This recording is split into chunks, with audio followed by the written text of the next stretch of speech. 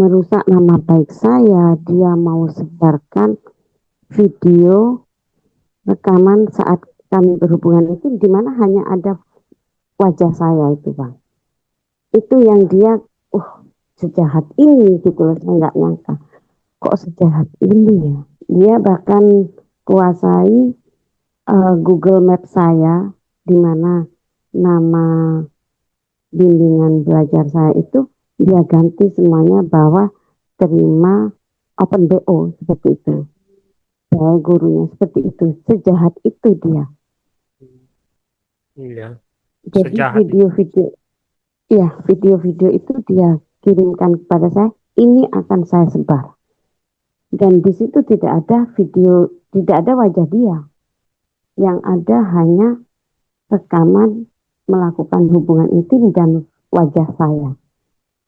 Iya, jadi doktrin agama selalu dia pakai itu. Waktu mahasiswa pembimbing dia sepertinya orang yang taat beragama, di mana postingan-postingannya itu dia sedang pergi Jumatan, diposting kayak gitu, dan di pagi hari dia sudah WA saya, berarti dia sudah bangun dan selalu mengingatkan bagaimana kamu sudah sholat atau apa.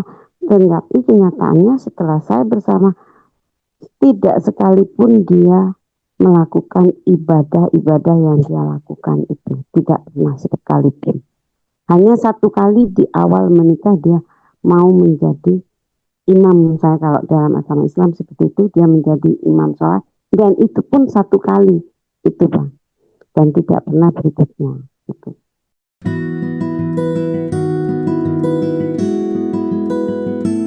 Ya, teman-teman semua, Ya. selamat datang kembali ke channel ini.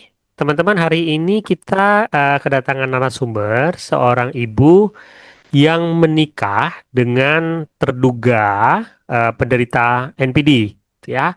Beliau ini masih menjalani hubungan pernikahan dengan terduga penderita NPD tersebut dan sudah menjalani pernikahan selama 7 tahun. Dan beliau ini ingin memberikan gambaran kepada teman-teman tentang pengalaman beliau menjalani pernikahan dengan seorang narsisis atau terduga narsisis. Bagaimana apa saja yang terjadi untuk memberikan gambaran kepada teman-teman semua apa rasanya atau apa yang akan Anda alami ketika Anda menikah dengan seorang terduga narsisis. Ibu Anonim, terima kasih sudah datang ke channel ini, Ibu ya. Sebagai awal, kita mau tahu Bu, Ibu dulu bagaimana ya Bu? Perkenalan Ibu atau bagaimana awal mula ketika Ibu dulu mengenal orang yang kemudian sekarang menjadi suaminya Ibu ini? Bagaimana akhirnya Anda menikah dengan seorang terduga penderita NPD ini? Iya, salam kenal Bang. Ini saya awalnya pada tahun 2015. Saya mulai berkenalan dengan dia. Saya waktu itu seorang ibu dari 3 anak laki-laki saya yang saat itu saya masih berusia 45 tahun. Ya, 45 tahun. Saya mempunyai usaha yang bergerak di bidang pendidikan. Jadi saya itu adalah seorang guru dan sekaligus owner dari sebuah lembaga bimbingan belajar. Saya bertemu dengan suspek ini. Dia adalah seorang tenaga pendidik di sebuah universitas negeri di Surabaya. Bagaimana saya bertemu dia, awalnya kami hanya lewat sosial media karena saya ingin mengembangkan usaha saya. Kebetulan dia juga di bidang pendidikan. Sampai akhirnya saya berlanjut ke kenal secara pribadi. Itu. Waktu itu saya masih single mom ya. Jadi eh, keinginannya karena saya seorang pekerja keras, saya ingin mengembangkan usaha saya di bidang pendidikan. Gitu. Artinya pada saat itu Ibu adalah seorang single mother gitu ya? Iya, eh oke. Memang dan dia sendiri single father Bu ya waktu itu ya. saya tidak tahu waktu itu kalau dia tidak single father, jadi saya hanya ingin mengenal dia sebagai seorang tenaga pendidik juga karena dia di sebuah universitas. Jadi siapa tahu saya bisa melobi karena pendidikan saya juga banyak berhubungan dengan dunia pendidikan gitu loh. Ibu pada saat itu Ternyata, umurnya 45. Oh, mm, ternyata apa, Bu? nah ternyata dia itu tidak single gitu baru saya tahu. Tapi saya enggak berdulikan itu. Saya tidak mau tahu dia. Yang penting saya itu tujuan awalnya hanya sebagai batu loncatan untuk melancarkan usaha saya karena dia itu pandai sekali. Dia pandai juga dalam IT gitu loh. Dimana waktu itu tahun segitu saya masih agak gaptek lah untuk memperluas usaha saya untuk masalah digital gitu. Jadi ibu pada waktu itu Iya, berumur 45 tahun, ya? ya. Oke, artinya adalah kan Dan sebenarnya sudah 10 tahun eh, dan eh, sudah sudah 10 tahun sebagai seorang sendiri. single mother. Iya, iya, Oke, pada saat itu sebenarnya mungkin tidak ada pemikiran untuk mencari pendamping lagi. Sebenarnya hanya mencari seseorang atau bukanlah. Ketika Anda kenal dia, sebenarnya pikirannya saya tuh pengen ngembangin usaha nih. Ketemu seseorang yang kayaknya bisa membantu Anda mengembangkan usaha. Begitu ya Bu ya pada itu ya? iya, iya, iya. Itu saja. Tidak ada pikiran lain. Mm-mm. Tetapi dia itu eh, ingin dekat gitu loh. Tapi dengan ingin dekat pun dia juga sangat hati-hati sekali. Dia itu eh, mempesona begitu ya. Dan saya sendiri karena saya masih trauma dengan pernikahan saya sebelumnya, jadi selalu waspada jika ada laki-laki yang mau mendekat. Karena saya lihat gelagatnya dia kayak mau dekat, saya mulai membatasi diri. Tetapi karena dia juga pandai, dia mencari celah di mana apa yang saya butuhkan. Oh, eh, saya membutuhkan dihargai gitu. Tidak ingin direndahkan walaupun saya sebagai single mother gitu itu dia tahu banget gitu. Jadi dia sangat perhatian, dia care, dia tidak pernah mempermasalahkan single mother, tapi dia selalu support untuk orang-orang yang sendiri gitu aja. Jadi seakan-akan dia tidak ingin mendekat juga gitu loh. Ingin dekat tapi juga sangat halus caranya. Dia cuma selalu care gitu, care dengan keadaan saya, dengan anak-anak, tapi tidak merendahkan gitu loh. Karena dia tahu saya tidak ingin dikasihani sebagai seorang single mother gitu loh. Itu Pak. Artinya adalah dia tahu bagaimana caranya mendekat ke ibu. Gitulah ya. Dia Iya, tahu betul. cara memprofilkan ibu, dia tahu bahwa saya pikir Mm-mm. mungkin kalau misalnya dia memang terduga narsisis, dia punya pengalaman melakukan hal itu ya Bu ya. Dia kan sudah sering mungkin ya melakukan hal-hal seperti itu gitu ya. Menyesuaikan diri dengan Iya, betul. karakter calon korbannya dia gitu. Berarti itu kalau boleh kita Iya, katakan fase love bombing lah ya Bu ya. Dengan cara halus bisa iya, masuk ya Bu ya. dengan sangat halus. Dalam pandangan saya waktu itu akhirnya saya merasa enjoy aja dengan dia karena dia sangat menghormati saya dan tidak terlihat sebagai laki-laki hidung belang atau laki-laki yang nakal pada kebanyakan laki-laki jika mengenal seorang single mom gitu loh. Oke. Dimana Jadi ketika kalau di orang-orang biasanya mm-mm, kita mikirnya kalau cowok itu laki-laki itu akan menganggap rendah atau menganggap murah ya, misalnya single mother, dia ya, kelihatan berbeda pada waktu itu gitu mikirnya ya Bu ya. ya, betul, betul. Dia sangat berbeda. Jadi saya mulai, oh dia laki-laki yang baik. Itu aja dalam pikiran saya. Jadi saya mulai dekat. Jadi dia mulai eh, bertanya pribadi pun saya jawab gitu loh. Selama ini kan tidak, saya masih membatasi untuk masalah bisnis gitu. Tapi ketika dia sudah, oh dia orangnya menghormati saya, menghormati perempuan yang eh, banyak orang menganggap single mother itu tidak baik, sangat rendah, tapi dia tidak gitu. Dia berhasil memberikan impresi pertama yang bagus lah, gitu ya. Sehingga Iya, membuat betul. ibu dalam tanda kutip mau membuka diri. Nah, kemudian pada saat Iya. itu, seperti ibu bilang ya, dia tuh pada saat itu sebenarnya memberikan sebuah impresi, tapi sebenarnya dia tidak jujur-jujur banget ya tentang siapa dirinya dia. Oh, Tetapi mungkin tidak sadar pada iya, saat itu ya. tidak sadar. Jadi dia, bahkan saya nggak tahu kalau itu tidak jujur, kalau itu bohong atau apa. Yang jelas dia selalu gercep kalau saya butuh apa-apa.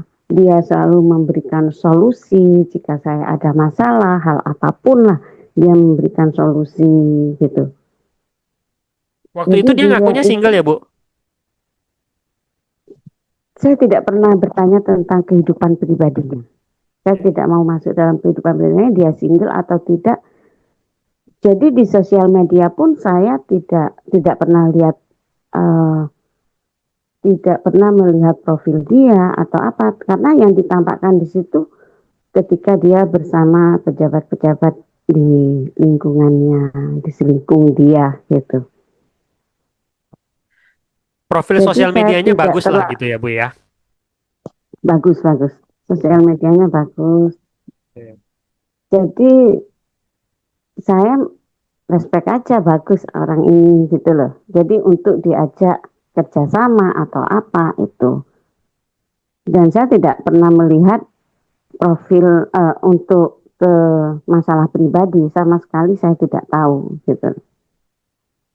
Sampai suatu hari dia itu, eh, karena kami sudah mulai nyambung ya, nyambung untuk obrolan apa saja nyambung. eh, jadi kami mulai enjoy bersama. Sampai suatu hari dia mulai minta izin, itu belum ketemu Bang. Jadi masih tidak pernah ketemu.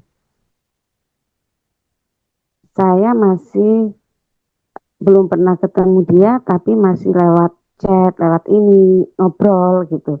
Jadi hari-hari saya sudah mulai diisi dengan interaksi dengannya ketika waktu luang di mana saya tidak mengajar, tidak sibuk dengan anak-anak. Waktu luang dia yang mengisi hari-hari saya. Itu. Ketika saya tanya, loh kok jam segini memangnya Mas ada di mana, Mas? Oh, saya masih di kantor. Tengah malam itu. Jadi dia masih di kantor. Saya pikir, loh, kok nggak pulang? Iya, belum selesai pekerjaannya. Wih, orang ini bekerja keras banget, itu pikir saya. Jadi sampai akhirnya mulailah cerita tentang kehidupan pribadinya. Awalnya dia mulai manggil saya sayang. Boleh, dia itu pun minta izin Bang. Boleh aku memanggil kamu sayang? Saya izinkan aja. Tapi di hati saya belum terikat, belum terikat secara penuh lah sama dia. Saya izinkan dia memanggil saya. Tapi saya masih tetap membatasi diri. Tetap ada batasan sama saya, gitu loh. Saya tidak ingin direndahkan, itu aja yang utamanya, gitu Bang. Itu jaraknya cepet nggak, Bu? Waktunya cepet nggak, Bu? Lama, Deketnya tuh gitu. oh lama. Oh, Jadi lama ya. dia, ya lama. Jadi dia ingin mengejar itu, dia terus intens untuk ini. Tapi karena saya tidak segera terbuka, dia terus pelan-pelan sekali. Secara halus sampai saya akhirnya mulai merasa, oke lah saya buka. Karena saya tidak memberikan respek ketika dia mulai menyatakan suka. dia mulai bilang tentang pribadinya bahwa dia itu sebagai korban gitu loh Bang. Dia korban, dia ceritakan tentang korban dia itu istrinya selingkuh itu. Dia bilang begitu. Dia bilang dia mencari-cari cara supaya saya care padanya gitu. Dia cerita kalau dia itu istrinya selingkuh, tapi dia itu tetap memaafkan karena istri saya selingkuh mungkin karena saya kurang perhatian. Jadi seakan dia itu sebagai orang yang sangat wise gitu loh, orang yang sangat bijak gitu loh, suka Dan pemaaf seperti itu. dan itu berhasil membuat ibu terkesan. Iya, itu membuat saya sangat terkesan. Oh, orang ini Orang baik sangat, lah gitu ya. iya, orang yang sangat baik gitu loh. Bahkan istrinya seperti itu dia juga tetap memaafkan gitu loh. Bahkan tidak ada apa-apa sama sekali di rumahnya. Sampai dia cerita bahwa kondisi saat ini istri saya sedang sakit sudah 2 tahun. Itu dia bilang sama saya. Sudah 2 tahun, iya.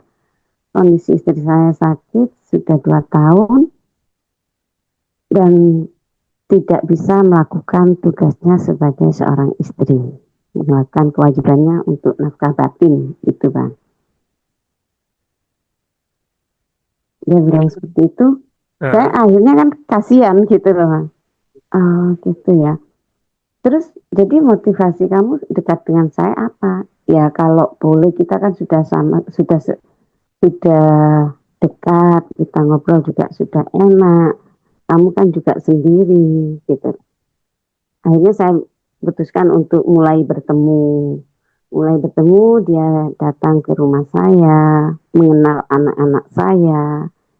Jadi mulai mendekatkan diri dengan anak-anak saya seperti itu. Tidak terlalu dekat sih, tapi dia care gitu loh. Kalau misalnya anak saya sakit, saya bilang anak saya lagi sakit, oh ayo kalau saya antar ke rumah sakit seperti itu Bang. Dia bisa berhasil Ternyata menempatkan di, diri dia sebagai seseorang yang care gitu ya. ya seperti dia menjadi salon seorang Pahlawan lah ayah ya. yang baik gitu. Ya seperti oh dia ini kalau jadi ayah juga baik sama saya gitu loh, sama saya dan anak-anak saya. Ternyata dia kan memang belum cerai dan istrinya posisi saat itu sedang sakit itu Bang. Dia bilang kalau saya dekat dengan kamu pun istri saya tahu karena saya diizinkan untuk menikah lagi itu Bang. Yang mana itu sebuah sebenarnya tidak benar. Atau nanti ibu akan ceritakan di belakang. Hmm, saya tidak tahu kebenarannya. Oke. Dia bilang yang jelas dia bilang dia diizinkan menikah lagi dengan catatan harus dikenalkan kepadanya. Saya yang tidak mau. Waktu itu Oh, dia mau mengenalkan saya dengan istrinya. Katanya begitu kan. Entah itu cuma eh, bohong atau pura-pura. gimana. Iya pura-pura. Karena dia tahu pasti saya tidak mau. Saya orangnya tidak mungkin lah tega kalau melihat saya harus berkenalan dengan seorang istri yang sakit, kemudian saya berbahagia. Itu tidak mungkin. Pasti saya nggak jadi, gitu loh. Karena pernah saya dekat sebelumnya, pernah seseorang dekat, saya dikenalkan dengan istrinya, dengan cowok lain ya bang ya. Ini cerita laki-laki lain. Saya dekat, saya dikenalkan istrinya, ternyata istrinya sakit, saya mundur. Jadi dia bilang, dan saya cerita sama yang sekarang ini, gitu loh Pak. Makanya dia berani, ayo saya kenalkan kamu dengan istri saya, dan pasti saya nggak mau, gitu loh. Dia Karena saya sepertinya juga sudah tahu gitu ya. selain, ya sudah tahu. Apalagi saya sudah mulai suka, saya sudah mulai membuka diri untuk dia. Kalau saya ketemu istrinya pasti saya nggak mau. Nanti saya pasti nggak tega. Orangnya saya kan nggak tegaan gitu loh Bang. Itu. Oke. Nah, Jadi saya kemudian tidak dari pernah berkenalan. Oke, oke. Nah, kemudian dari sana hubungan tetap terjalin ya. Dalam kondisi ibu mungkin sudah mulai tertarik sama dia dan Iya, menerima kondisi bahwa walaupun dia sudah menikah atau suaminya orang gitu, tapi iya, ada keterbatasan kondisi dia yang bisa membuat dia meyakinkan ibu untuk menjalin hubungan dengan dia. Pada saat itu gitulah ya. betul. Iya, Oke, iya, iya, seperti oke, itu. oke. Dan Sam, kemudian Heeh, ibu menjalin hubungan dengan dia. Dan kemudian gimana Bu? Akhirnya bisa sampai menikah. iya. Di tahun itu saya kenalnya 2016 ya. Ya, saya berkenalan dengan dia. Setelah 2 tahun, pada akhirnya pada 2018 bulan Agustus, saya menikah dengan dia. Menikah siri ya Bang ya. Semua keluarga saya tahu, tetapi dari teman dia pun tahu, teman sekantor. Karena dia seorang ASN ya Bang ya. Dia teman sekantor, ada beberapa orang yang tahu, diajak untuk menyaksikan. Disitulah saya yakin bahwa memang ini dibolehkan gitu loh. Tapi saya tidak mau berkenalan sama sekali karena saya pasti nggak tega. Itu aja Bang. Makanya saya nggak mau kenal. Jadi berjalanlah pernikahan itu, pernikahan siri ya. Tetangga saya juga tahu, orang tua saya tahu, anak-anak semua saudara saya tahu itu. Jadi Oh iya. seakan-akan tidak ada yang disembunyikan itu, tidak ada Nah, yang disembunyikan. sedikit Bu, selama 2 tahun itu belum ada tanda-tanda bahaya ya yang kelihatan ya. Iya, tidak ada. Ada sedikit tanda bahaya di mana dia mulai ketika saya mulai tertarik, mulai ini dia seringkali menghilang gitu loh. Oh, Selalu ghosting saya gitu loh. Kok tiba-tiba hilang kemana gitu. Saya mulai telepon, tapi saya kan membatasi. Saya selalu terus jangan sampai kamu di hati saya, jangan sampai kamu tertarik untuk ini, untuk dekat. Kalau orang ini nggak benar, saya selalu waspada itu bang. Jadi saya tidak menomorsatukan dia, saya masih tetap menjalin hubungan dengan siapapun, siapapun mau laki mau perempuan, yang penting baik buat saya itu. Jadi saya tidak membatasi diri saya selama ya dua artinya tahun itu. mungkin selama 2 tahun itu sebenarnya mungkin ada beberapa tanda bahaya yang muncul. Tuh cuma mungkin tidak terlihat banget Saya abaikan. ya. Diabaikan tanpa Iya, sadar tidak bisa juga terlihat. gitu. Gitu ya. Iya, iya, iya. Oke, oke. Nah, sekarang kita masuk deh. Setelah 2 tahun, kemudian ibu menikah secara siri dan Mm-mm. semua keluarga tahu, teman-teman semua tahu. Sepertinya pada saat itu pikirannya adalah ya memang ini jalani jodohnya gitu ya, jalan hidupnya seperti ini Iya, gitu ya. iya, Oke, nggak ada betul. kepikiran yang aneh-aneh bahwa saya itu sebenarnya bisa saja menikah dengan seorang manipulator dan lain-lain gitu ya Bu ya. Oke. Iya, iya. Kemudian gimana Bu setelah menikah? eh, Gimana jalannya dan sampai mulai menyadari Iya. ada sesuatu yang aneh gitu.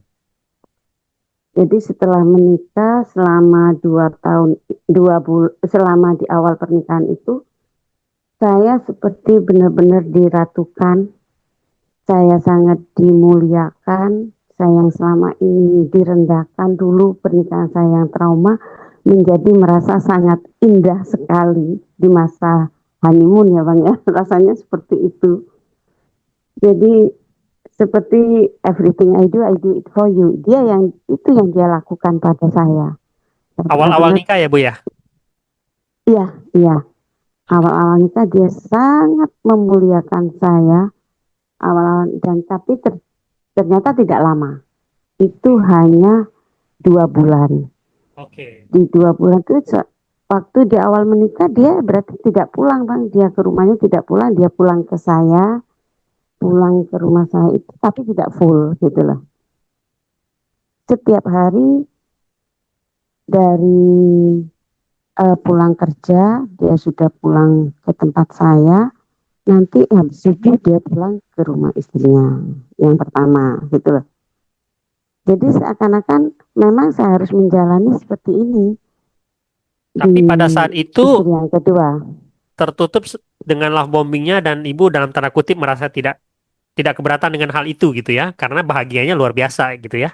Pada waktu itu yang Iya, dirasakan iya, ya. iya, sangat bahagia itu aja yang saya rasakan dan saya tidak mempermasalahkan dia pulang ke sana ke sini terserah. Tapi saya sangat bahagia itu aja. Apalagi mungkin Itu setelah lama juga single ya Bu ya. berlangsung, ya saya lama single sekitar 9 tahun saya single sampai Oke, akhirnya menikah. 10 tahun saya single sampai akhirnya saya bertemu dia. Itu oke, kan. oke. Kemudian, Iya, kemudian setelah 2 bulan pernikahan mulailah saya terlihat. Saya saya kan punya usaha sendiri, buka usaha eh, bimbingan belajar di tempat saya selalu ramai dengan murid-murid dan saya selama ini bisa menghidupi diri saya dan anak-anak saya. Gitu loh. Dalam kapasitas kalau saya lihat cukup lah, walaupun saya belum berlebihan, tetapi saya merasa cukup, anak-anak saya juga tidak pernah kekurangan. Dan dia pun merasa biasa-biasa aja selama 2 bulan dia mengikuti pola hidup saya, pola saya dia turuti semuanya. Dia, ya yang jelas saya seperti di bulan dia mulai membuat aturan bahwa istri harus patuh pada suami. Itu bang, oke, awalnya oke. saya dengarkan iya. Jadi kalau dia pulang, saya sudah begitu dia pulang, saya sudah tidak boleh pegang apapun, itu bang. Tidak boleh pegang apa-apa saja, tidak boleh dekat dengan mulai, tidak boleh dekat dengan anak-anak, dengan siapa saja. Saya harus menomorsatukan dia, itu.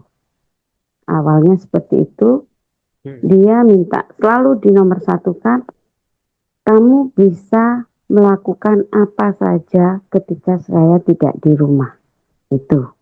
Tetapi begitu saya di rumah, kamu harus menomorsatukan saya karena saya adalah suamimu. Itu bang. Yang Jadi mana saya mulai dulu nggak kok begitu gitu ya? begini, gitu loh. Yang mana dulu nggak begitu ya?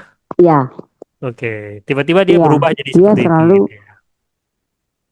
berubah seperti itu. Padahal dulu itu eh, karena anak saya masih kecil waktu itu, anak yang bungsu saya masih satu, kelas 3 SD dan masih butuh perhatian saya, sangat butuh perhatian saya itu. Dia, ya itu dia mulai, saya tidak boleh dekat dengan anak-anak saya. Hmm. Kalau kalau dia sudah datang itu. Jadi saya mulai merasa tidak nyaman kalau dia datang Hmm. itu. Karena aturannya eh, sangat ketat. Bahkan masuk kamar saya pun tidak boleh anak-anak itu. Kamar kami gitu loh bang sekarang. Kalau dulu kamar saya sama anak-anak barengan, maksudnya anak-anak mau masuk kamar saya boleh, saya masuk kamar dia boleh gitu. Tapi ketika dia masuk dalam kehidupan saya, dia yang ikut di rumah saya, jadi dia tidak boleh masuk kamar kami sudahan gitu. Dia membuat aturan yang sangat sulit lah, saya kok begini gitu loh. Bahkan untuk hal kecil pun sudah jadi masalah. Oke. Ketika dia datang, padahal saya lagi sibuk dengan di tempat kerja saya, murid-murid saya banyak, saya harus datang nyamperin dia hanya untuk sekedar cium tangan. Itu harus seperti itu, untuk cium tangan, mempersilahkan dia masuk dulu, baru saya kembali ke tempat kerja. Itu. Dan Sifat. mulai membatasi kalau bisa Hmm. jam segini sudah harus selesai karena saya sudah datang. Itu Bang, sudah mulai sangat mengatur. Padahal disitulah pemasukan saya gitu loh. Saya buka kursus itu sampai sekitar jam 8 baru tutup. Dari siang ya Bang ya, dari siang saya sudah mulai buka. Dan kalau siang nggak ada masalah karena dia juga kerja gitu loh. Itu Sifat awalnya. pengontrol dan keinginan dilayani seperti rajanya udah mulai kelihatan tuh Bu ya. Setelah dua Sudah bulan mulai nikah aja kelihatan. gitu ya. Sudah mulai. Tetapi masih saya bisa maklumi karena dia masih eh, pulang pergi ke rumah saya sebentar, nanti ke rumah istrinya, gitu loh Bang. Oke. Tapi Eh, tetapi parahnya ketika pada bulan setelah Agustus, 6 bulan berikutnya istrinya meninggal. Itu. Jadi memang kondisi istrinya memang sakit. Saya tahu benar kalau istrinya sakit karena dia sering posting istrinya sakit, gitu loh. Lagi dia di rumah sakit menjaga istrinya. Itu di awal-awal yang saya masih belum menikah itu seperti itu. Sampai akhirnya saya menikah, setelah 6 bulan dari pernikahan itu istrinya meninggal. Nah, disitulah ketika sudah meninggal, dia sempat seperti apa ya, kehilangan kehilangan apa ya, kepercayaan diri. Dia sangat sedih sekali. Saya yang memulihkan kondisinya ketika dia sangat kehilangan seperti itu. Dia merasa sangat kehilangan. Dia tidak keluar kamar, dia tidak kerja selama 1 minggu dan tidak bisa saya hubungi, gitu loh Bang. Saya sendiri nggak berani untuk datang ke tempatnya untuk apa gitu, nggak. Saya tanya, saya mau ke situ, nggak usah. Kamu nggak usah ke sini, itu jawabannya Bang. Saya nggak pernah diizinkan untuk datang ke rumahnya. Acara sampai 7 hari, acara 7 hari selesai, baru dia datang ke tempat saya, itu Bang.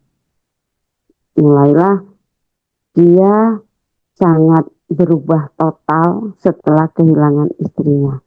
Dia benar-benar ingin di nomor satu kan, itu yang sudah benar-benar terlihat banget kalau dia tidak seperti yang awalnya sudah berubah, itu Bang. kalau kita lihat mungkin ini ya Bu ya. Karena mungkin sekarang pada saat itu tuh ibu akhirnya menjadi supply utama atau supply satu-satunya. Sehingga semua kebutuhan dia akan supply itu semua mungkin dicurahkan ke ibu pada saat itu ya. Nah, betul, Makanya betul. dia berubah total gitu. Jadi, iya, dia mulai mengontrol semua apapun aktivitas saya, semua sudah dia kontrol. Dia mulai menjadi benar-benar mengontrol kehidupan saya dengan mengatasnamakan bahwa istri harus taat pada suami. Itu Bang. Dengan power itu dia mengontrol saya. Dia mulai pindah ke rumah saya. Dia mulai pindah ke rumah saya dan dia meninggalkan anak-anaknya. Tidak, dia maksudnya lebih ke rumah saya terus gitu loh sudah. Sampai pada bulan apa ya, bulan Juli mungkin, bulan apa gitu, dia sudah mengajak anak-anaknya di rumah, di tempat saya. Bahkan ibunya pun ibu mertua, ibunya dia. Jadi ibu mertua ketika sakit tinggal di rumah saya untuk operasi mata waktu itu. Saya yang merawat semuanya, gitu loh Bang. Saya dan anak-anak saya yang merawat, sedangkan anak-anak dia di rumah dia. Itu. Saya Artinya tidak begini tahu Bu, dia itu bagaimana. dia mulai memindahkan seluruh kehidupan dia ataupun tanggung jawab kehidupan dia kepada ibu. Mulai itu gitu ya. Iya, Itu yang terjadi pada iya, saat itu ya. iya, iya. Jadi dia mulai memindahkan tanggung jawab sepenuhnya kepada saya. sebagai satu-satunya supply di situ. Jadi dia mulai minta di nomor satu ke, pokoknya semuanya sekarang dia yang mengatur saya, gitu bang. Dia agresif ya sudah, sebagai satu-satunya pengontrol baik saya dan untuk anak-anak saya, melalui saya dia mengontrolnya, dia atur semuanya, begitu. Dan Apapun yang yang saya lakukan harus seizin dia, gitu kan. itu Jadi posisinya peraturan dia sudah mulai tinggal serumah, Bu? belum tinggal serumah, tapi sudah lebih sering di situ. Maksudnya dia itu hanya datang ke tempat dia itu hanya saat untuk beberapa jam, tapi selebihnya di rumah saya. Itu sudah Pak. Maksudnya ya memang sudah tinggal serumah, tapi tidak anak-anaknya, masih dia sendiri. Oke. Masih dia sendiri tinggal serumah dengan saya. Mm-mm.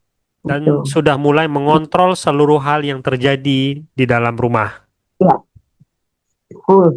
Jadi anak-anak pun sudah mulai tidak nyaman sejak dia mulai tinggal di rumah. Dia sudah mengontrol. Mengontrolnya memang tidak dia langsung, tapi lewat saya. Saya mulai memberikan peraturan-peraturan sama anak-anak saya, membatasi hubungan seperti itu. Jadi dia mengatur, menjauhkan saya dan anak-anak saya. Seakan-akan dia itu jealous sama anak-anak saya. Setelah, kalaupun kamu janda, kamu punya anak, eh, tapi tetap saya yang nomor satu. Bahkan anak-anakmu pun itu bukan kewajibanmu, itu yang selalu dia bilang. Itu adalah tanggung jawab ayahnya. Padahal dulu tidak seperti itu. Dia tahu bahwa saya bertanggung jawab sama anak-anak saya karena ayah dari anak-anak saya itu tidak bertanggung jawab, itu aja. Gitu. Pada saat itu ibu Tapi mulai menyadari nggak, Bu? Atau sebenarnya belum sadar ya bahwa ada sesuatu yang aneh? saya sadar ada sesuatu yang aneh, tapi saya tidak tahu tentang manipulasi, tentang NPT dan sebagainya. Saya belum tahu. Tetapi saya kok aneh ya, ke anak kok dia seperti ini. Saya mulai mendiskusikan dengan saudara saya. Jadi karena saya itu waktu pulang kampung ke desa, saya bilang kok aneh ya, suami saya kok kasar seperti ini, seperti ini. Ayo coba tanyakan gitu loh. Maksudnya kepada orang, kalau di desa itu orang pintar, tapi ke ustadz lah gitu loh.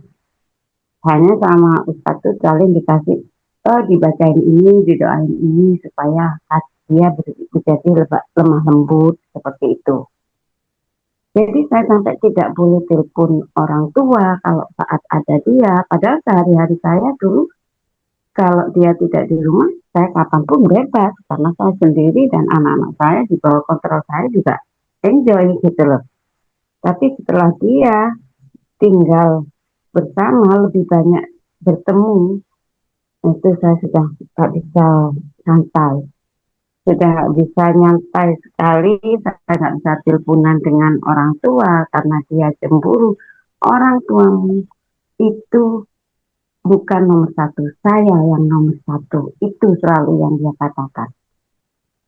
Jadi saya selalu didoktrin bahwa suami istri harus taat kepada suami.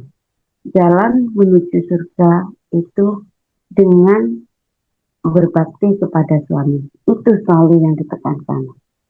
Dia menggunakan doktrin Gitu. itu untuk mengontrol ibu gitu ya, pada saat itu ya. Ya, ya, Oke. dia selalu itu yang untuk kontrolnya. Jadi untuk hal lain namanya. Jadi banyak hal setelah hidup bersama itu kontrolnya sangat penuh. Hal kecil pun dia selalu jadikan masalah, seringnya marah-marah, hal sekecil apapun. Dan dia tidak pernah mau salah. selalu saya yang disalahkan. Jadi mulai fase dia di mana selalu merendahkan saya, selalu menyalahkan, benar-benar sangat manipulatif gitu loh. Jadi saya sudah merasa stres dengan keadaan seperti itu, kok seperti ini ya. Oh ternyata cuma masih, saya bilang masih lebih enak ketika dia masih ada istri. Hmm. Saya masih nyaman gitu loh. Ketika dia masih punya istri, masih istrinya masih ada. Tetapi setelah istrinya meninggal, saya menjadi satu-satunya supply. Wah itu sangat sesak saya rasanya gitu bang. Dan itu Jadi terjadi dari pagi hanya dalam pernikahan yang nggak sampai 1 tahun gitu ya, hanya hitungan bulan ya. belum, ya, hanya hitungan bulan. Di 2 bulan pertama saja dia sudah mulai berbeda. Hmm. Padahal saya sebagai supply kedua, itu kan. Tapi setelah 6 bulan berikutnya, 6 bulan setelah menikah, istrinya meninggal, itu sudah bikin stres saya itu sudah.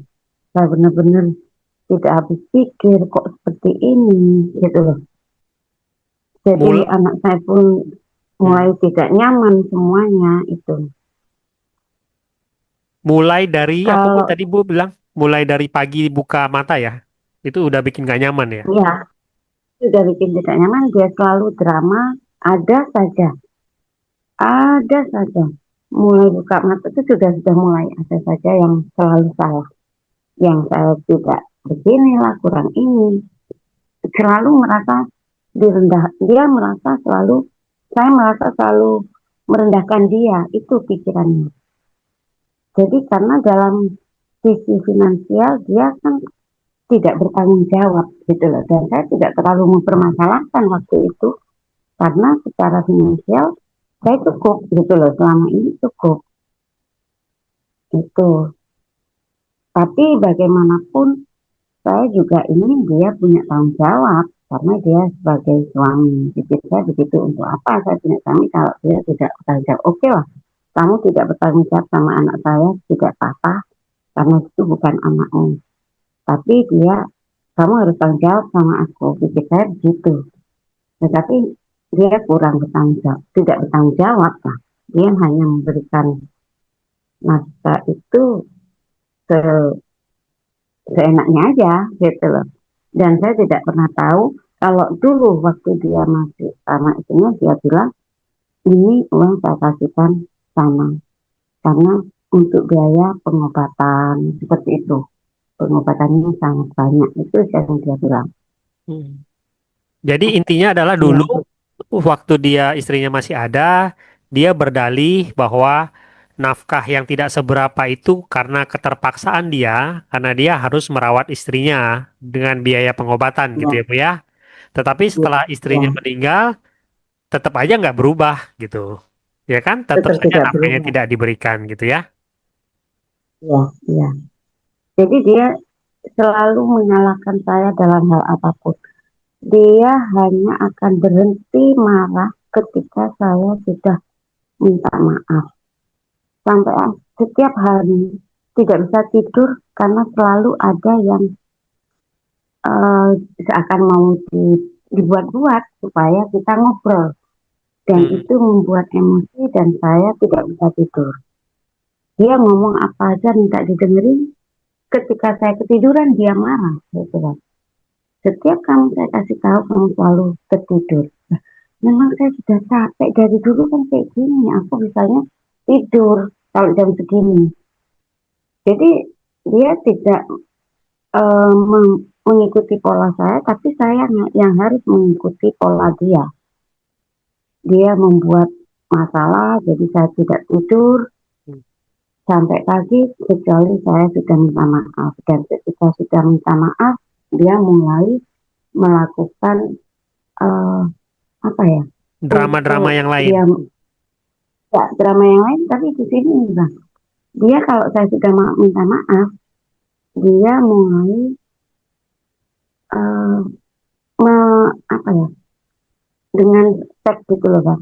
Dia mulai berhubungan intim dengan sangat dengan sangat manis sekali gitu loh Bang. Hmm. Seakan-akan itu sebagai apa ya, kebiasaan habit dimana kalau mau melakukan hubungan intim dia membuat masalah dulu supaya saya minta maaf dan diminta maaf dengan benar-benar saya sampai menangis, maaf saya sudah bikin salah kamu. Nah disitulah dia mulai meluk dan mulai melakukan hubungan intim dengan puas gitu loh Bang. Oke, oke. Itu bagian dari Itu membentuk trauma bonding, Bu. Jadi, oh gitu ya. eh, ya, jadi dari situ dia memuaskan rasa dia bahwa dia itu berkuasa. Dia bisa bikin suplainya sengsara, tapi dia juga bisa menyuruh suplainya untuk melayani dia dan bisa bikin suplainya senang. Kemudian dibikin susah lagi, dibikin senang lagi. Itu Hmm. yang bikin trauma bonding. Ah, iya iya betul seperti itu. Dan keanehan lagi untuk masalah hubungan itu eh, dalam dia selalu rekam. Itu saya dengan sembunyi-sembunyi dia rekam. Baru saya tahu loh, kenapa direkam? Saya bilang gitu. Enggak, ini hanya untuk kita, gitu loh. Seperti itu. Sudah saya hapus kok. Selama itu saya juga tidak pernah boleh memegang HP dia, tidak pernah tidak pernah tahu hal apapun privasi dia. Jadi sudah dikasih batasan bahwa istri tidak perlu tahu HP suami. Loh, kenapa? Kita kan sudah suami istri, kenapa nggak boleh? Itu kita. Dia jawab, karena namanya suami kadang ada. Jadi halus sekali waktu itu. Cara ngomongnya kalau kadang-kadang halus. Jadi bilang, kalau istri tahu nanti hal yang sebenarnya tidak masalah jadi masalah. Padahal itu hanya di grup. Namanya laki-laki. Oke, saya terima. Gitu loh. Saya mulai ada kemelekatan juga sama dia. Saya mulai benar-benar melekat di hati saya itu sama dia. Saya mulai takut kehilangan. Saya sedih kalau dia tidak menghubungi saya gitu loh. Saya kalau di silent pun saya sedih. Salah apa saya? Nih, Mas kok diam saja? Kenapa? Nah, kamu nggak nyadar? Ya udah dibiarin. Saya nggak dapat penjelasan. Dan sampai saya harus tahu salah saya sendiri. Saya nggak tahu salah apa. Tetapi ternyata hanya hal kecil yang menurut saya kecil bagi dia itu hal yang besar gitu loh. Akhirnya kembali lagi saya minta maaf, benar-benar minta maaf. Akhirnya itulah dipeluk terjadi lagi dia memuaskan saya dengan seks itu Bang. Selalu begitu ya, Bu ya. Artinya juga di dalam rumah tangga ibu tersebut itu ada standar ganda kan, di mana dia mengontrol semuanya, tahu tentang semua kehidupan ibu, tapi ibu tidak bisa melakukan itu kepada dia, kan gitu ya. Jadi semuanya hanya Betul. berjalan satu arah. Iya betul, betul seperti itu. Di saat itulah saya mulai, saya tidak punya percaya diri, saya selalu disalahkan, saya tidak pernah ada benarnya sama sekali. Dan dia selalu yang benar. Jadi sampai saya melihat kalau lihat video di itu kan selalu perempuan itu makhluk yang paling benar. Itu tidak berlaku sama saya. Ini bohong. Yang ada sama saya seperti ini. Itu yang terjadi. Oh ternyata seperti ini. Saya nggak pernah benar. Ini bohong semua. Yang ada saya yang selalu salah. Dan saya benar-benar stres itu bang. Saya nggak bisa apa-apa. Sudah sangat stres sekali. Saya merasa sangat tidak nyaman. Tetapi juga tidak bisa dia tinggal gitu loh. Itu. Oke. Padahal dulu saya bisa hidup bebas, bisa sendiri itu nyaman, tetapi bersama dia justru saya tidak nyaman dan mulai ada ketakutan kalau saya sendiri gimana ya? Saya masih bergantung sekali dengan perlakuan ketika dia sangat manis, ketika saya sudah minta maaf itu loh. Nah, jadi dia mengontrolnya di masalah hubungan seks itu mungkin ya. Itu.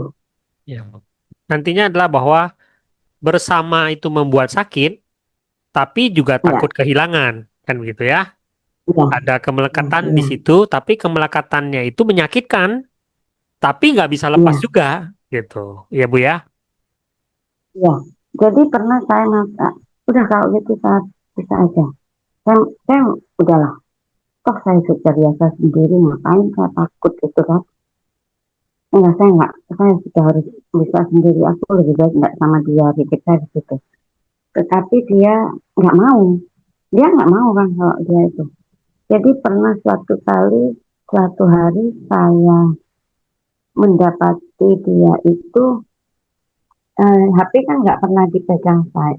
Dia tidak sengaja HP-nya nyala. Waktu itu dia pegang YouTube, dia sampai tertidur. Ketika dia tidur, saya mendapati ada chat. Itulah saya buka. Wah, jadi ngeri sekali saya lihat chat sama perempuan-perempuan di mana dia chat mesum gitu loh kan Hmm. dengan perempuan. Loh, Hmm. kaget saya. Saya tidak bisa menahan emosi saya. Jadi tidak karena saya masih kemelekatan, saya sangat cemburu rasanya waktu itu. Saya bayangkan kenapa seperti ini. Ah, dia marah-marah. Enggak ada apa-apa, enggak ada apa-apa. Ini bukan apa-apa. Ya, kenapa kok seperti itu? Jadi dia menyalahkan saya, kenapa kamu berani membuka HP saya? Eh, karena kamu ada chat. Saya kok panggil sayang, saya bilang gitu. Dan sejak itu saya sudah mulai, tak benar ini itu. Tapi tetap saya juga kembali hovering lagi gitu loh. Dia mulai dekat lagi. Semua bahkan akhirnya masalah keuangan pun dia kontrol gitu loh. Dia tidak, karena saya rumah itu waktu itu rumah saya itu masih kontrak. Dia sudah tidak mau ikut membayar, membantu membayar, tapi dia mau tinggal. Ibunya juga sudah mulai di tempat saya karena sakit. Kami yang merawat bersama anak-anak saya, sedangkan anak dia sendiri yang notabene cucu dia sendiri dari anak suami saya itu tidak ikut tidak ikut merawat itu. Jadi hampir sama juga mungkin ibunya juga kayaknya sepertinya lebih mengontrol ke anaknya itu, mengontrol ke suami saya, banyak kontrol juga di situ. Mungkin sepertinya memang sama. Jadi ibunya kayaknya juga narsistik ya kalau saya bilang sekarang itu. Karena ibunya banyak mengontrol walaupun kondisi sedang sakit itu. Jadi saya mulai sangat tidak nyaman itu dalam hal ini. Dalam masalah uang, dia itu sangat pelit, perhitungan sekali.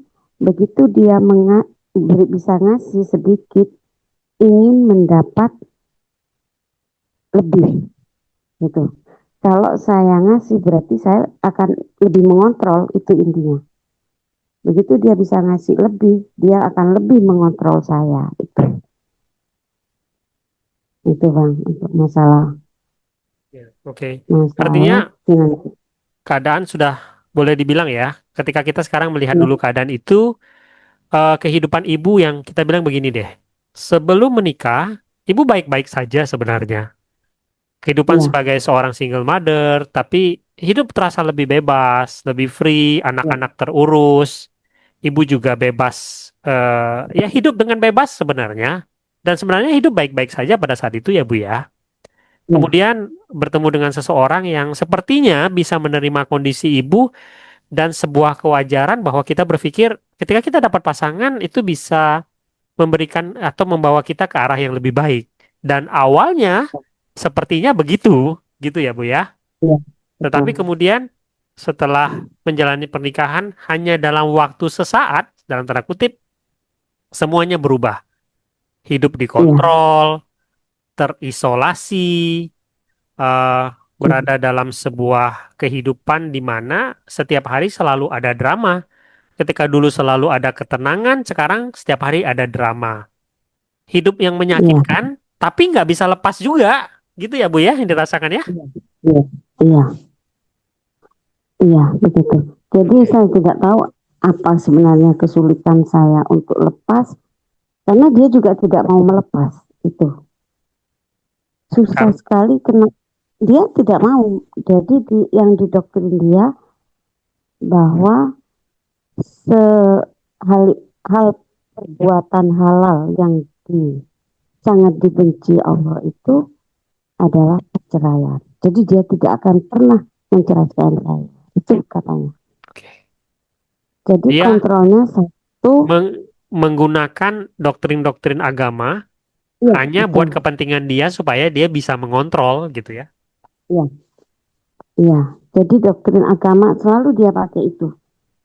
Waktu masih love bombing dia sepertinya orang yang taat beragama, di mana postingan-postingannya itu dia sedang pergi Jumatan, diposting kayak gitu, dan di pagi hari dia sudah WA saya, berarti dia sudah bangun dan selalu mengingatkan bagaimana kamu sudah sholat atau apa.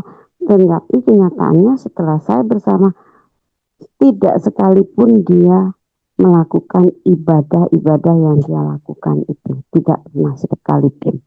Hanya satu kali di awal menikah dia mau menjadi imam. Saya kalau dalam agama Islam seperti itu, dia menjadi imam sholat, dan itu pun satu kali itu bang, dan tidak pernah berikutnya itu Oke. sampai saat ini Oke. itu. Oke. Nah, sekarang em, eh, ya saya pikir kita teman-teman mungkin bisa dapat gambaran lah Bu ya. Bertahun-tahun hidup Mm-mm. dengan kondisi seperti ini, kebanyakan teman-teman yang nonton podcast ini kan tahu ya bagaimana rasanya jadi Ya, korban seorang narsisis gitu ya. ya, Mereka bisa bisa dapat gambaran lah dalam tanda kutip bagaimana menderitanya. Bagaimana seseorang ya, yang kita bilang benar ya, berubah sekali dari yang kita ya, kenal di awal menjadi seseorang yang kita sama sekali mungkin ibu merasa nggak pernah kenal sama orang ini gitu. Ya Bu ya? ya, iya. Jadi saya pernah sampai kena GERD, itu apa, asam lambungnya itu tidak peduli dia. Ketika dia sudah asik ngegame, dia nggak peduli sama sekali pada keadaan apapun. Dia tidak pernah peduli sama saya, sama siapapun dia tidak pernah peduli. Sampai sang yang eh, saya lari, sempat saya pergi, saya tidak sudah tidak tahan, saya tidak tahan tinggal bersama, saya pergi. Saya mencari kontrakan sendiri, saya pergi dari kontrakan saya pergi. Saya memulai lagi, ketika itu ini bang apa, ada COVID ya, tahun 2020 ada COVID-19 itu, jadi kursus saya tutup karena kami tinggal di rumah, tidak boleh buka kursus itu bang, tidak boleh kumpul-kumpul, jadi kami tidak punya pemasukan, saya tidak punya pemasukan, saya minta sama dia untuk memenuhi itu bang. Nah itulah dia mulai mengontrol penuh, saya seakan seperti menjadi babu lah di rumah saya sendiri gitu. Semuanya minta dilayani, anak-anaknya juga harus saya layani. Kamu jangan mikir anakmu sendiri, anakku juga. Ya gitulah intinya bang. Jadi 2020 COVID-19 itu kan 2019, tapi saya mulai tidak mengajar, tidak, kursus saya tutup ketika 2020 itu sudah tutup. Saya tidak boleh buka lagi. Itu. Saya tidak punya penghasilan, saya minta sama dia, walaupun sebenarnya saya masih punya, tapi saya sembunyikan itu bang. Karena saya juga nggak mau bodoh-bodoh amat kok seperti ini gitu loh. Cuma saya tidak bisa lepas. Tidak bisa lepasnya karena dia tidak pernah mau melepaskan dengan mendoktrin bahwa menikah itu, eh, perceraian itu halal tapi paling dipuji itu bang. Itu Jadi cara tidak dia pernah untuk dia, mengontrol ibu. Gitu. ya Sampai suatu hari saya sudah tidak tahan, saya lari dari tempat itu, saya ajak anak saya lari, saya sudah siapkan semuanya, karena saya sadar saya nggak nyaman dengan kondisi seperti ini. Saya tinggal di kontrakan sendiri, karena dia sudah mulai luar biasa, sudah beda banget sudah. Dia sudah main game terus, kemudian dia kecanduan judi online, dia sudah tidak peduli sama siapapun, pekerjaannya mulai berantakan gitu. Jadi kecanduan dan kecanduan pornografi ya. Jadi setiap kali mau, dia sering kali menonton itu, saya tidak suka itu. Jadi saya masih ada sisi warasnya di sini, tidak ikut, tapi saya takut gitu loh Bang. Di tengah keberanian saya mulai pergi dari tempat itu tidak sampai 24 jam. Jadi dia begitu tahu saya sudah punya tempat kontrakan sendiri, dia marah, dia menghina saya, dia teriak-teriak, dan di luar nalar, dia yang berpendidikan, yang bekerja di sebuah universitas, dia orang yang berpendidikan, seperti bukan dia sudah tantrum gitu loh, tantrum, dia teriak-teriak, dia mengusir, dia teriak bahwa saya itu selingkuh dan sebagainya. Itu yang dia katakan. Saya pergi dari tempat itu, saya sudah kontrak rumah sendiri, dan saya mulai membangun lagi, tapi tidak bisa tenang, karena dia tidak sampai 24 jam dia mengikuti saya dari belakang, dan dia datangkan seperti mahasiswa-mahasiswa, kemudian apa ya, apa Pancasila itu Bang, itu organisasi yang ada Pancasilanya itu. Iya, iya. Jadi dia mendobrak tempat saya, siapa yang mengizinkan saya tinggal di situ. Dia mau datangi Pak RT-nya, dia teriak-teriak. Itu salah kalau mengizinkan saya kontrak situ, karena saya masih punya suami gitu loh. Saya masih sebagai suami gitu Bang. Karena kami sudah tidak siri itu. Dia jadi kakak itu sudah masuk nama dia itu Bang. Ketika kontrak saya sudah menikah sah, karena istri sudah tidak ada, jadi saya disahkan secara hukum dan masuk nama saya di kakak dia lebih kontrol lagi pada saya itu Pak. Dia merasa lebih lagi berkuasa di atas ibu. Iya, benar-benar dia mengontrol. Seandainya masih siri, mungkin saya lebih mudah untuk pergi. Tapi karena sudah tidak siri lagi, di mana kakak juga sudah jadi satu, itu yang dia sangat kontrol sampai saat ini. Jadi saya sulit sekali untuk lepas. Ketika saya sudah pergi, ketika saya pergi di suatu tempat tuh, dia mengontrak, saya sudah nggak bisa pergi. Saya sudah tinggal di sini karena saya sudah kontrak. Kecuali kamu mau kasih saya uang, saya bilang gitu. Ganti uang kontrakan saya ini 20 juta, saya mau kembali ke sana. Dan dia tidak punya uang. Gitu. Tapi dia tetap mau kontrol saya. Kalau tidak saya dia bisa merusak merusak nama baik saya. Dia mau sebarkan video rekaman saat kami berhubungan itu, di mana hanya ada wajah saya itu Bang. Itu yang dia sejahat ini gitu loh. Saya nggak nyangka kok sejahat ini ya. Dia bahkan kuasai Google Map saya, di mana nama bimbingan belajar saya itu dia ganti semuanya bahwa terima Open BO seperti itu. saya gurunya seperti itu, sejahat itu dia. Iya, Jadi sejahat itu. video-video, ya video-video itu dia kirimkan kepada saya, ini akan saya sebar. Dan di situ tidak ada video, tidak ada wajah dia. Yang ada hanya rekaman melakukan hubungan intim dan wajah saya. Saya masih nggak percaya bisa sejahat itu. Gitu. Kemudian akhirnya saya kembali. Saya kembali, tapi jadi wirawiri gitu loh Pak.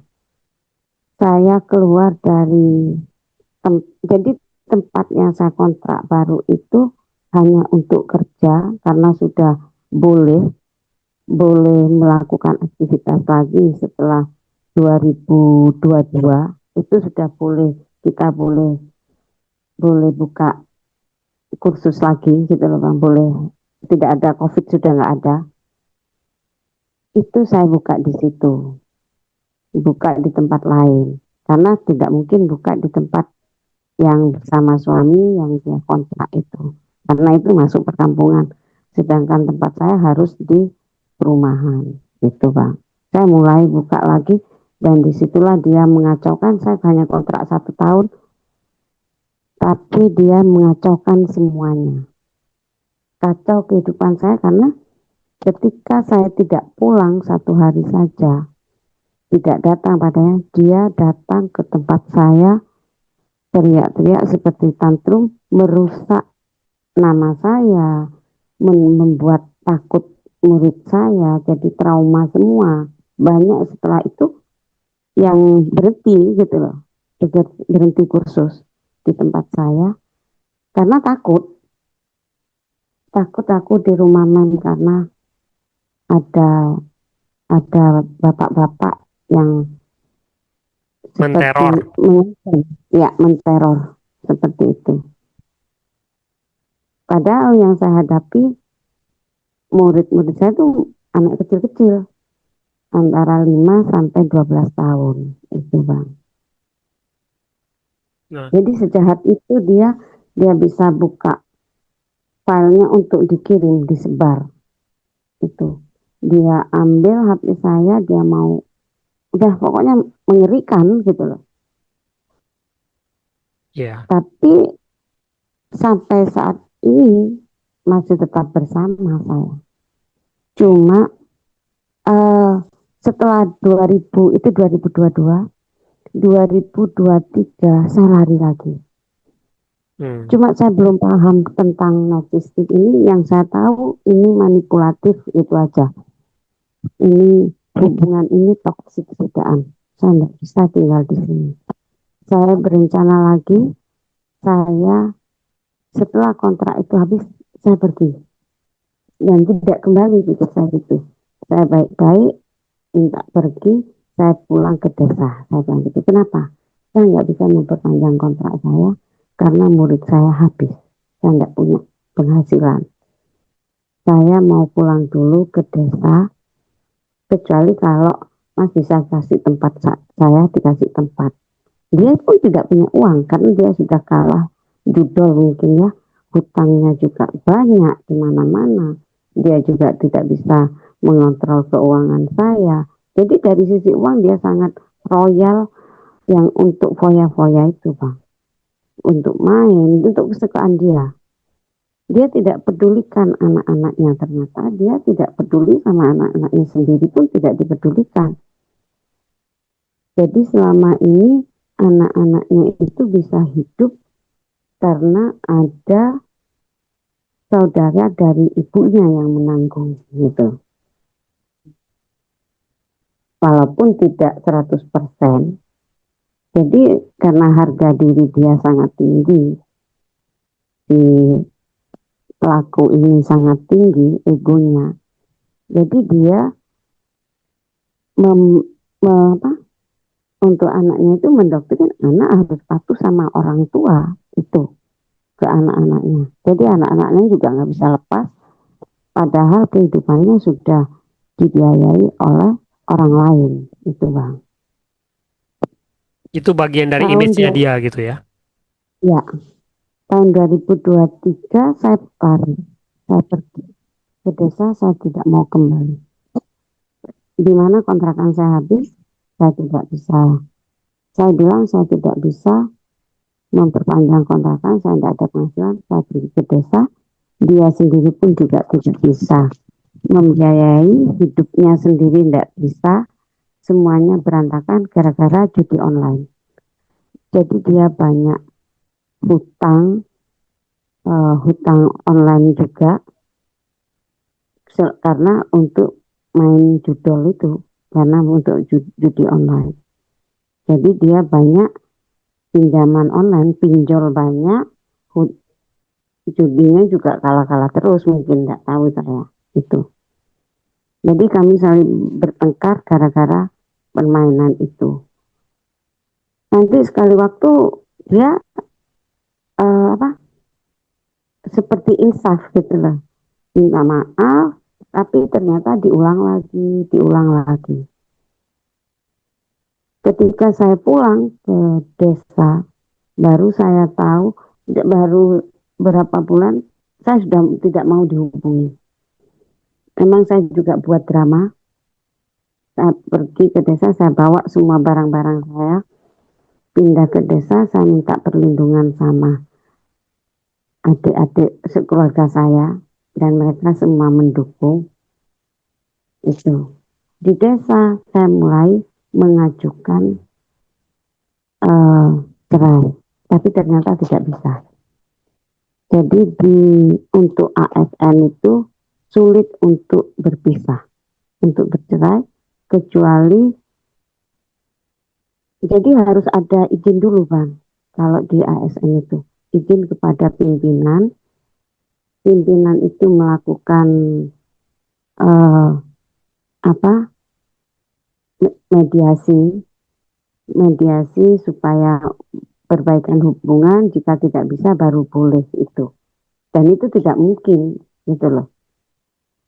Ketika saya jauh, saya mulai berani, saya bilang apa saja sudah saya tidak mau kembali lagi karena kamu jahat, kamu ini, sebagainya dan sebagainya. Itu saya tidak mau lagi.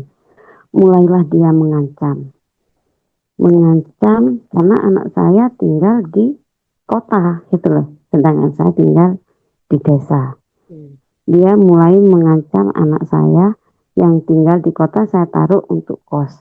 Anak saya koskan karena masih kuliah. Dia mengancam mau seperti membunuh gitu loh, tapi tidak pakai tangan sendiri untuk menakuti saya. Itu. Jadi sejahat itu dia. Pada akhirnya saya pergi hanya 3 bulan. Saya kembali lagi. Karena janji-janji dia udah hancur-hancurnya. Dia minta saya kembali. Di satu sisi dia bilang seperti itu. Saya yakin dia juga sudah berubah biar dia menjadi pelajaran. Pikir saya begitu Bang. 3 bulan itu biar jadi pelajaran, mungkin dia berubah. Saya akhirnya kembali karena satu, ancaman menakutkan anak saya. Kemudian yang kedua, saya ternyata tidak bisa hidup di desa. Karena penghasilan di desa tidak bisa, itu Bang. Di satu sisi, saya agak ketika dia mulai posting dia sama perempuan lain, ada sedikit rasa cemburu saya gitu. Oh ternyata saya masih cinta. Saya berusaha mendekatkan diri kepada Tuhan. Oh ini jalannya, mungkin saya harus seperti ini dan saya harus kembali untuk lebih berbakti. Pikir saya begitu Bang.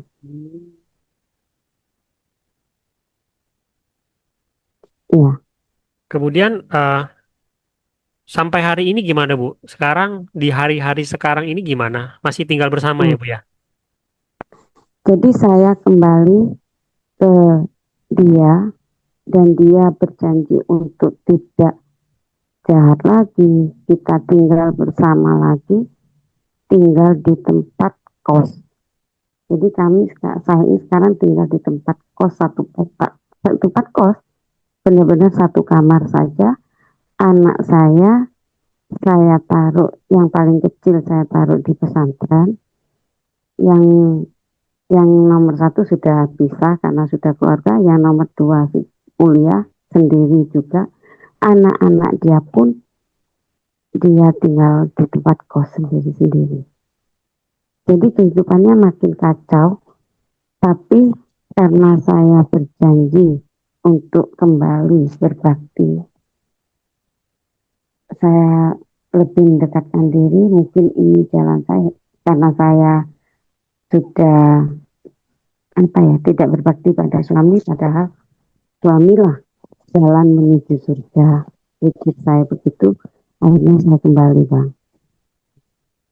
Di 2024, di 2023, ya di 2023 pertengahan bulan Juli saya kembali. Sampai hari ini, kemudian saya mulai membuka lagi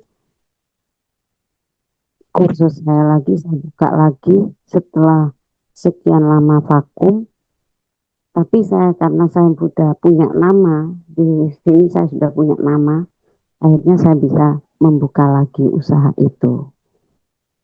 Itu, Bang. Jadi sampai saat ini saya membuka usaha, dia sudah janji tidak akan merusak nama baik saya dan sebagainya. Dia minta maaf. Itu yang terjadi. Dan saya lebih mendekatkan diri kepada Allah. Saya mendekatkan diri kepada Tuhan, benar-benar saya belajar spiritual sampai saya ketemu channel Ngaji Roso itu, juga lihat punya abang ini. Disitulah saya mulai belajar, oh seperti ini ternyata narsistik. Saya belajar. Akhirnya algoritma tentang NPD keluar, saya mulai melihat, mengikuti apa. Baru saya ini sekarang tahu kalau dia narsistik.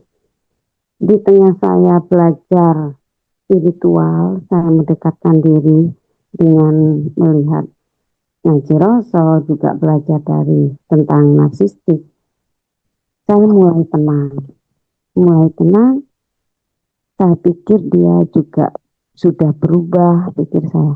Disitulah saya tahu, Tuhan beritahu saya, yang membuat saya sangat kaget luar biasa, di mana saya tidak pernah mau tahu. Saya pikir saya lebih damai dengan diri saya sendiri, karena sebelumnya saya sudah pernah datang psikolog. Saya harus berdamai dengan keadaan yang sekarang. Kalau kamu tidak bisa lepas, berarti kamu harus terima keadaan dia dan berdamai dengan dirimu sendiri. Itu masih setengah sadar rasanya, Bang, seperti itu. Dimana kalau sekarang kan saya sudah sadar sepenuhnya, sudah. Kalau kemarin masih setengah sadar, walaupun saya sudah dari psikolog gitu loh. Kemudian saya mulai belajar kesadaran. Tuhan tunjukkan yang saya tidak bisa terima rasanya. Tapi untungnya Tuhan itu menunjukkan ketika saya sudah kuat, dimana saya sudah belajar kesadaran ini. Apa itu? Saya tidak sengaja membuka laptop yang yang selama ini saya tidak pernah boleh buka. Dia bilang kalau kamu mau pakai laptop saya silakan. Disitulah saya tahu ternyata menemukan video dia bercerita dengan banyak wanita. Maksudnya wanita yang berbeda-beda, itu banyak, gitu, Bang. Dan saya shock sekali. Oh, kok seperti ini? Walaupun wajah dia tidak tampak, tapi saya kan tahu gesturnya, saya tahu. Dia foto sendiri ada, tidak pernah sama perempuan, tidak pernah foto. Tapi di kamar itu ada, di hotel itu. Itu saya shock sekali. Tapi saya kuat sampai sekarang karena karena memang Tuhan menguatkan saya, memberitahu saya ketika saya sudah kuat. Itu. Ketika saya konfirmasikan sama dia denial, dia tidak tidak menggunakan, dia menyangkal semuanya, Bang. Dia menyangkal semua fakta itu. Dia gaslighting, dia menyangkal semua yang ini. Bahkan dia mengatakan, saya seperti itu karena kamu pergi. Itu 3 bulan ketika kamu pergi. Hanya dalam waktu secepat itu kamu seperti ini. Saya bilang gitu. Enggak, itu hanya itu aja, enggak ada lagi. Ini kamu kan? Bukan. Gitu. Seperti yang orang bilang, benar. Dia berbohong seperti bernafas. Itu. Dan dia dengan mudah mengucapkan sumpah demi Allah. Dia berani. Saya sumpah di atas Al-Quran pun saya berani. Dia bilang gitu. Itu dia. Mudah sekali bersumpah demi Allah, dia tidak melakukan itu. Padahal jelas-jelas itu dia. Tapi bodohnya saya tidak save semua itu. Saya tidak percaya. Tapi saya tidak punya bukti akhirnya. Karena saya tidak save, dia hapus semuanya. Sudah saya save waktu itu. Tapi kembali saya didoktrin bahwa itu terjadi karena Tuhan menghukum kami. Seperti itu loh, Pak. Dia menggunakan agama dan saya minta pisah. Dia marah-marah. Kamu sudah menghancurkan saya ketika kamu pergi 3 bulan dari saya. Reputasi saya hancur. Di kantor saya rusak. Saya seperti orang gila dan kamu sekarang mau menghancurkan saya lagi. Itu karena saya mau pergi. Ya. Nah, jadi ini Bang. Jadi setelah sekarang ini kan sudah dia hovering lagi tapi sudah tidak mempan intinya. Hanya saya tidak bisa lari, tidak bisa pergi, saya hanya bisa menjaga hati dan pikiran saya mulai membuat batasan, saya sudah tidak bisa dikontrol. Karena sudah saya lihat dia memang banyak sekali supply di luar. Itu yang saya tidak kaget, ya saya nggak nyangka kalau dia ternyata benar-benar punya. Baru saya ingat dulunya dia pernah ketahuan chat itu, tapi dia menyangkal bahwa itu chat temennya, pinjam HP dan sebagainya. Baru saya ingat semuanya gitu loh setelah kejadian ini. Saya lihat sudah seperti itu. Sejauh itu saya menemukan banyak fakta di mana dia banyak bercinta dengan wanita, bahkan chatnya yang sangat menjijikkan.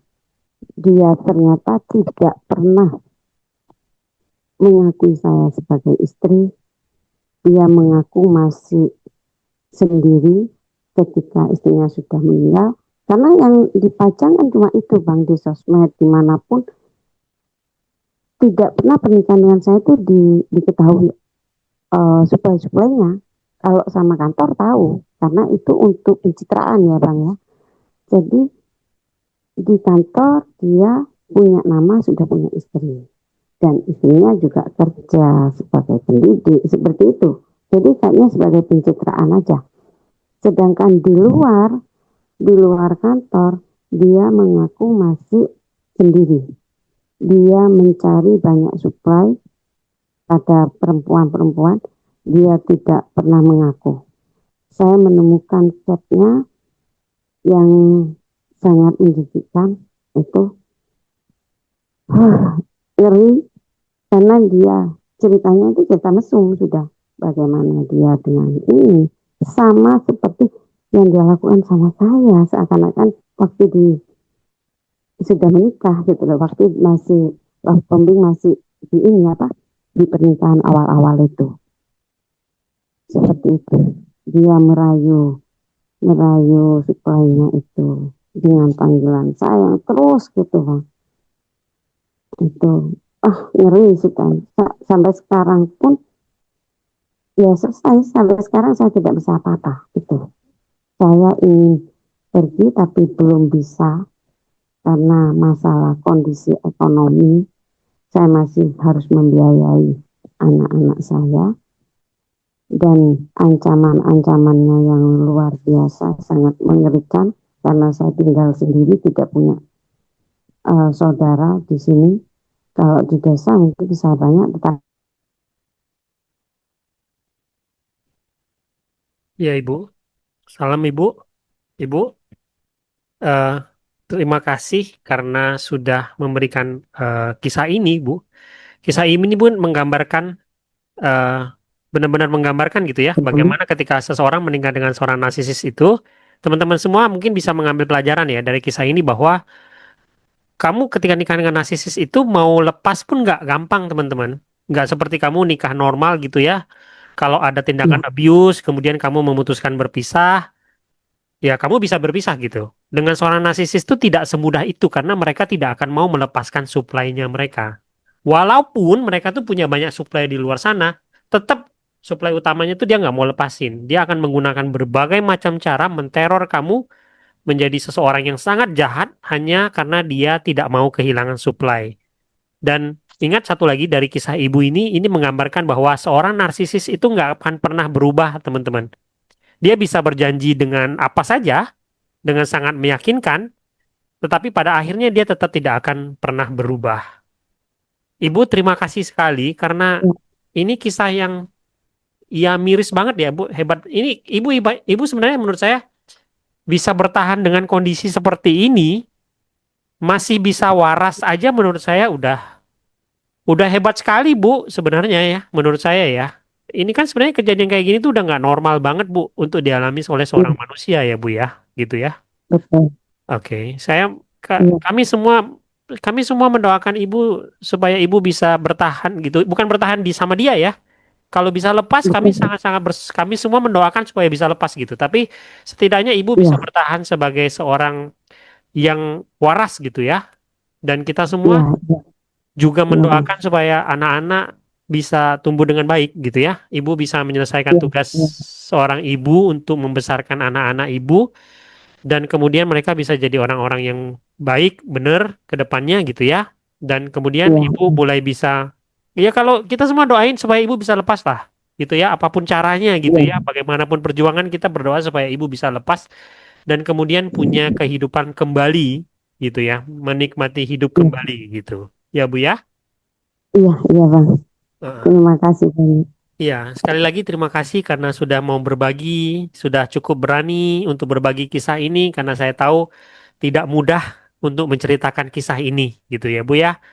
Eh, Ya, eh, Terus edukasi diri ibu, semoga ibu menjadi semakin kuat, bisa menetapkan batasan dan sekali lagi kami semua mendoakan supaya ibu bisa bahagia kembali menikmati hidup walaupun di sebelah ibu itu orang yang parasit gitu ya.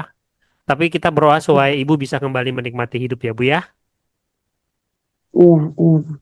Ya, ya, doa yang sama untuk anak-anak ibu gitu ya. Semoga mereka bisa cukupi kebutuhannya dan tumbuh ya Bu ya.